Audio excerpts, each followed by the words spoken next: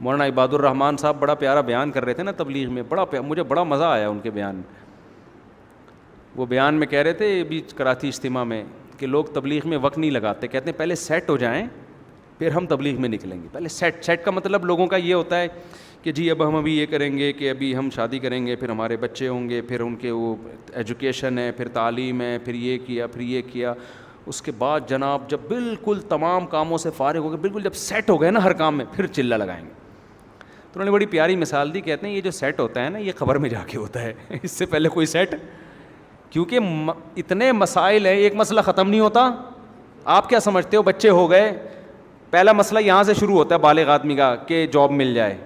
Job ملتی ہے تو مسئلے ختم تھوڑی ہوتے ہیں, نئے مسئلے شروع. اب یار رشتہ تلاش کرو, پہلے تو جاب ہی نہیں تھی, کوئی دیتا نہیں تھا رشتہ, اب رشتہ مل گیا, اگلا مسئلہ بچہ کیوں نہیں ہو رہا بھائی, اولاد ہو جائے. اب اولاد ہو گئی تو پھر اس کی بیماریاں, اس خسرہ نکل آیا بچے کو, یہ ہوتا ہے کہ نہیں, کبھی بچی کو خسرہ, کوئی چکن پاکس, یہ بیماری وہ بیماری, اتنے مسئلے. پھر وہ بچہ بڑا ہوتا ہے, اس کے اسکول کی فیسیں ہوتے ہوتے پھر اس کی شادی, پھر یہ انسان کا بچہ نہیں بن رہا, ٹھیک ہے نا, پیدا ہوا تھا تو انسان کا لگ رہا تھا, ابھی کچھ اور مخلوق لگ رہا ہے حرکتوں سے. تو انہوں نے بتایا کہ یہ سارے مسئلے ہوتے, انہی مسئلوں میں انسان ایک دن پھٹے پہ آتا ہے. غسل کفن کے بعد قبر میں اس کو لٹا کے سیٹ کر رہے ہوتے ہیں, ٹھیک ہے نا, کہ جی یوں کر کے ذرا لٹاؤ قبلے کی طرف. جب لٹا کے پھر اس کا منہ کھول کے کہتے ہیں اب سیٹ ہے, کہتے ہیں کہ نہیں کہتے, تو اب جا کے سیٹ ہوا ہے, لیکن اب کسی کام کا ہے نہیں, نہ یہ سہروزے پہ جا سکتا ہے, نہ یہ چلہ لگا. تو انہی مسائل کے اندر ہی سب کچھ کرنا ہے. سمجھ رہے کہ نہیں سمجھ رہے. مجھے لوگ کہتے تھے کہ پہلے آپ اپنا گھر بناؤ, جب میں دوسری خواتین نہ بیٹھی ہوئی ہوں, یار کیا کریں, اب مثالوں سے یہی مثال سب سے بہترین ہوتی ہے سمجھانے کے لیے نا. میں جب دوسری کر رہا تھا نا, ذرا آرام سے بولوں گے, میں جب دوسری کر رہا تھا تو لوگ مجھے کہہ رہے تھے پہلے سیٹ تو ہو جاؤ. کیا ہو جاؤ, بلکہ پہلی میں بھی لوگ کہہ رہے تھے پہلے سیٹ, تو ہماری 4,000 اس وقت 2,000 میں میری تنخواہ تھی, 4,000 میں کون کرتا ہے شادی, پہلے سیٹ ہو جاؤ. میرے دوست احباب اب تک سیٹنگ میں لگے ہوئے ہیں, 30 سال ہو گئے شادیاں نہیں کی انہوں نے. میں کہتا تھا سارے کام اکٹھے ہی ہوں گے, شادی بھی اکٹھی ہے, سیٹنگ بھی, ہم اپنے جو مالی لحاظ سے سیٹل ہونے کی بھی کوشش, بچے بھی ساتھ ساتھ ہی ہوتے رہیں.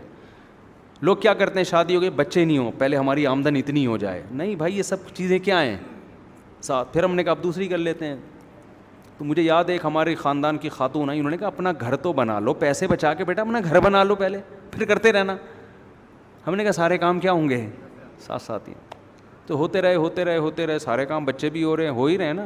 اگر میں یہ سوچ کے بیٹھ جاتا پہلے سیٹ, تو جب ہم, وہی ہے نا کہ جب بادام تھے, جب دانت تھے تو کھانے کے لیے بادام نہیں تھے, جب بادام کا انتظام ہوا تو منہ میں کھانے کے لیے دانت ہی نہیں. کتنے لوگ ہیں جو بیچارے سیٹ ہوتے ہوتے اب ان میں جذبے ہی ختم ہو گئے, ان کو سمجھایا جائے کہ اب کل کہہ رہے شوق ہی نہیں رہا. تو سارے مسئلے, ہر دین بھی, لوگ پتہ ہے کیا کرتے ہیں یار, ہم نہ بھی, میں نے لوگوں کو اکثر نوجوانوں کو میں کہتا ہوں یار تم سے اگر گناہ نہیں چھوٹ رہا نا, کوئی عادت پڑ گئی ہے, لت پڑ گئی, تم تبلیغ میں 4 مہینے کے لیے نکل جاؤ. اس کا فائدہ یہ ہوگا 4 مہینے تک تم یہ گناہ نہیں کرو گے, عادت چھوٹ جائے گی. وہ پتہ ہے کیا کہتے ہیں, وہ کہتے ہیں اچھا پھر ایسا ہے کہ پہلے ہم یوں کر لیں, پھر یوں کر لیں, پھر یہ کام ہو جائے, پھر یہ کام ہو جائے, پھر یوں ہو جائے, اور اس دوران جی بھر کے گناہ کر لیں, اس کے بعد ہم جائیں گے. میں کہتا ہوں کبھی بھی نہیں جاؤ گے, قیامت آ جائے گی نہیں جاؤ گے. جاتا وہی ہے جو چلا جاتا ہے, سمجھ رہے ہیں نا, جاتا وہی ہے جو چلا جاتا ہے, جو نہیں گیا نہیں گیا. انگلش میں نا ہی ایونٹ ایسا ایونٹ کہ وینٹ ایونٹ. کسی نے کراچی والے بندے سے پوچھا کہ وہ گیا ایسا گیا کہ گیا ہی گیا, اس کا انگلش میں ترجمہ کرو. اس نے کہا ہی ایونٹ ایسا ایونٹ کہ وینٹ ہی وینٹ. تو کیا ہے وہ کیفیات پیدا کرنا ضروری, وہ استحضار سے. تو روزانہ 5 منٹ نکال کے موت کا تصور کرنا ہے. بار بار یہ دنیا مسافر خانہ ہے, رہنے کی جگہ بولو نہیں ہے, سب مٹی ہے بھائی, مریں گے, پھٹے پہ لیٹے ہوئے ہوں گے تھوڑے دنوں میں.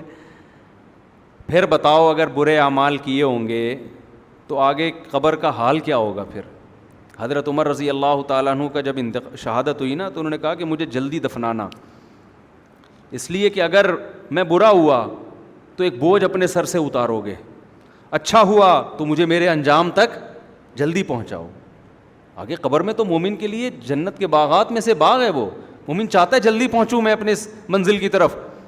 فروح و ریحان و جنت نعیم. تصور کریں موت کا وقت ہوگا، اللہ کہتے ہیں برے لوگوں کی روح نکالتے ہیں سخت فرشتے اور نیک لوگوں کی روح اچھے فرشتے نکالتے ہیں.